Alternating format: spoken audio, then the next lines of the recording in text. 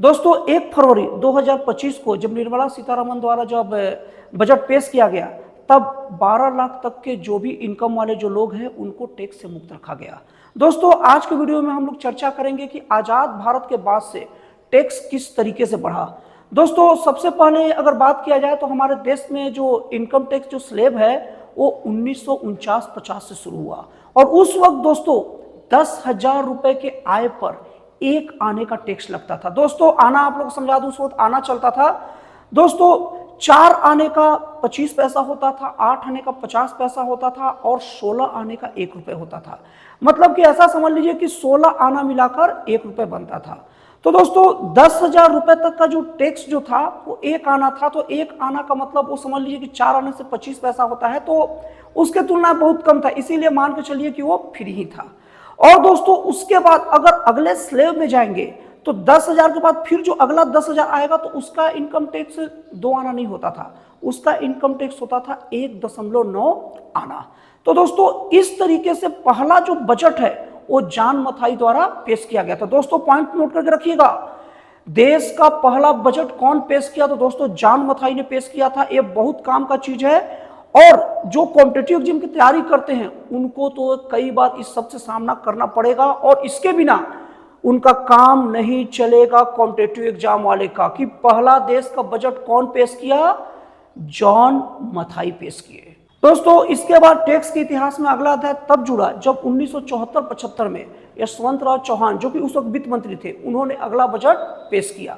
दोस्तों इन्होंने पहली बार 6,000 तक के सालाना इनकम वाले को टैक्स मुक्त रखा। दोस्तों यही से टैक्स को बिल्कुल एक खास इनकम तक के लोगों को टैक्स मुक्त करने की परंपरा की शुरुआत हुई। हालांकि 1949-50 जैसे मैंने आप लोगों को पहले बताया उसमें 1 आना टैक्स लगता था, वो बहुत कम था लेकिन कुछ तो लगता था। लेकिन इन्होंने टैक्स को 6,000 तक के सालाना आय वाले को बिल्कुल मुक्त कर दिया। और दोस्तों इन्होंने सभी प्रकार के सरचार्ज जो लगते थे उन्हें की सीमा एकदम घटाकर अधिकतम से अधिकतम 10% तक ही कर दिया। दोस्तों उसके बाद यही चलता रहा और 1985-86 में बीपी सिंह देश के वित्त मंत्री बने। और दोस्तों उन्होंने जो भी इनकम टैक्स का जो स्लैब था वो 8 स्लैब उस वक्त तो होता था, उसको घटाकर टैक्स का स्लैब को 4 कर दिया था। और दोस्तों साथ ही साथ 1 लाख से ज्यादा इनकम वाले पर 50% टैक्स लगा दिया गया और टैक्स की अधिकतम मार्जिन जो पहले 61% थी उसे घटाकर 50% कर दिया गया। लेकिन दोस्तों वो स्लैब वही था, 6,000 से कम वाले को जो सालाना आय कमाते उनको कोई टैक्स देने की जरूरत नहीं थी। दोस्तों फिर कुछ सालों तक ऐसे ही चला और उसके बाद दोस्तों 1992-93 में जिस वक्त हमारे देश के वित्त मंत्री मनमोहन सिंह थे, उन्होंने भारतीय टैक्स को अपने जो बजट पेश किया उस वक्त टैक्स स्लैब को 3 हिस्से में बांट दिया। पहला जो स्लैब था वो 30,000 से लेकर 50,000 तक था। दोस्तों 30,000 से लेकर 50,000 तक जिनका इनकम जो होगा ना वो 20% टैक्स देंगे। उसके बाद उनका अगला स्लैब था 50,000 से 1 लाख तक और जिनका इनकम 50,000 से लेकर 1 लाख तक होगा वो 30% टैक्स देंगे। और दोस्तों तीसरा स्लैब था 1 लाख से ऊपर वाले का, मतलब जिनका भी इनकम 1 लाख से ऊपर रहेगा वो 40% टैक्स देंगे। दोस्तों उसके बाद टैक्स के इतिहास में अगला परिवर्तन तब हुआ जब 1994-95 में जब बजट पेश किया गया तो उस वक्त फिर टैक्स स्लैब को थोड़ा बदला गया। इस वक्त जो पहला टैक्स स्लैब था वो 35,000 से लेकर 60,000 तक रखा गया और इसमें जो टैक्स जो था 20% देना रहता था। और दूसरा जो स्लैब था उसको 60,000 से लेकर 1,20,000 तक किया गया, इसमें 30% टैक्स देना रहता था। और तीसरा जो स्लैब था ना वो 1,20,000 से ऊपर वाले का था जिसमें 40% का टैक्स देना रहता था। दोस्तों सुनते रहिए, कॉपी पेन लेकर नोट करते रहिए, ये बहुत काम का चीज आप लोग को बता रहा हूं, ये बहुत कम जगह आप लोग को मिलेगा और ये आपकी जानकारी को बढ़ाएगा, इसमें आपके आत्मसम्मान बढ़ेगी, आप अपने नजरों में एकदम ऊपर उठेंगे, ये चीज जानते रहिए।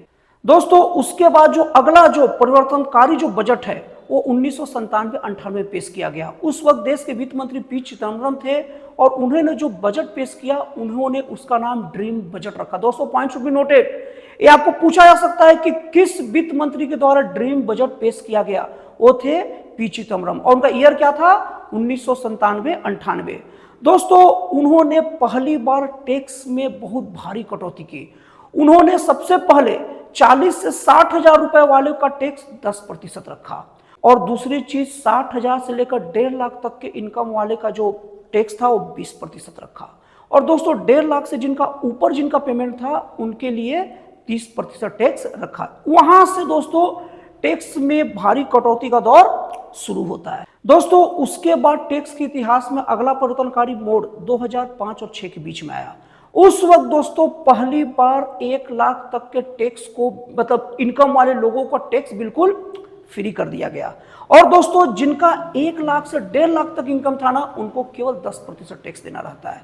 और उसके बाद जिनका 1.5 लाख से 2.5 लाख का इनकम था उनको 20% टैक्स देना था। और दोस्तों जिनका 2.5 लाख से ऊपर इनकम था उनको 30% टैक्स देना रहता था। दोस्तों इसके बाद टैक्स के इतिहास में अगला निर्णायक मोड़ 2010-11 में आया। दोस्तों उस वक्त के तत्कालीन जो वित्त मंत्री थे वो प्रणब मुखर्जी थे और इन्होंने टैक्स के लिए 1,60,000 तक का जिनका पेमेंट था उनको टैक्स फ्री रखा। और दोस्तों 1,60,000 से लेकर 5 लाख तक के जिनका पेमेंट था उनका इन्होंने 10% टैक्स की व्यवस्था की। और दोस्तों 5 लाख से लेकर 8 लाख के बीच तक जिनका पेमेंट था ना उनके लिए 20% टैक्स की व्यवस्था की। और दोस्तों जिनका 8 लाख से ऊपर था उनके लिए 30% टैक्स की व्यवस्था की। दोस्तों आप देख रहे हैं साल दर साल एक इनकम जो छूट वाले की जो क्राइटेरिया क्या हो रहा है बढ़ते जा रहा है अभी। दोस्तों उसके बाद 2012-13 में जो टैक्स की जो छूट है जो उस बार जो बजट पेश हुआ उस ईयर में उसमें 2 लाख तक के इनकम वाले को टैक्स से बिल्कुल मुक्त रखा गया। और दोस्तों उसके बाद 2 से 5 लाख जिनका इनकम था उनके लिए 10% टैक्स की व्यवस्था की गई। और दोस्तों जिनका 5 से 10 लाख इनकम था ना उसके लिए 20% टैक्स की व्यवस्था की गई। और जिनका इनकम 10 लाख से पार था उनके लिए 30% टैक्स की व्यवस्था की गई। दोस्तों उसके बाद 2017-18 में एनडीए सरकार में अरुण जेटली वित्त मंत्री बने। इन्होंने दोस्तों टैक्स से संबंधित जो सेक्शन है 87A को बदल दिया। और बदलाव के बाद जिनका 3.5 लाख तक इनकम था और उन लोग जो टैक्स देते थे उनको टैक्स के बाद में 2,500 कम करके टैक्स देने की व्यवस्था की। मतलब वो जो भी टैक्स देंगे उसमें 2,500 कम करके टैक्स देंगे। तो दोस्तों इसके साथ ही साथ इन्होंने 2.5 लाख से लेकर 5 लाख तक के बीच में जो भी टैक्स देने वाले थे उनका टैक्स उस वक्त 10% था उसको घटा के 5% कर दिया। दोस्तों इस तरीके से टैक्स का सीमा में दिन पर दिन कमी आते गया। उसके बाद दोस्तों टैक्स की दुनिया में निर्णायक परिवर्तन करते हुए 2020 और 2021 में पूरे देश के सामने न्यू टैक्स रिजीम रखा गया।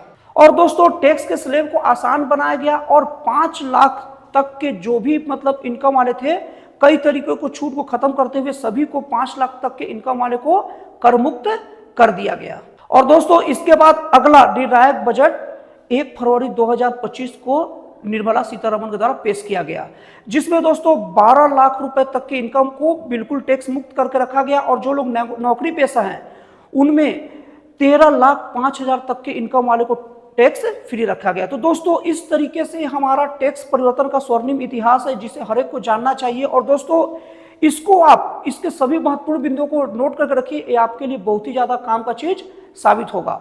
तो दोस्तों फिर मिलते हैं अगले वीडियो में एक नए एक जन कल्याणकारी और एक राष्ट्रवाद से प्रेरित नए विचारों के साथ।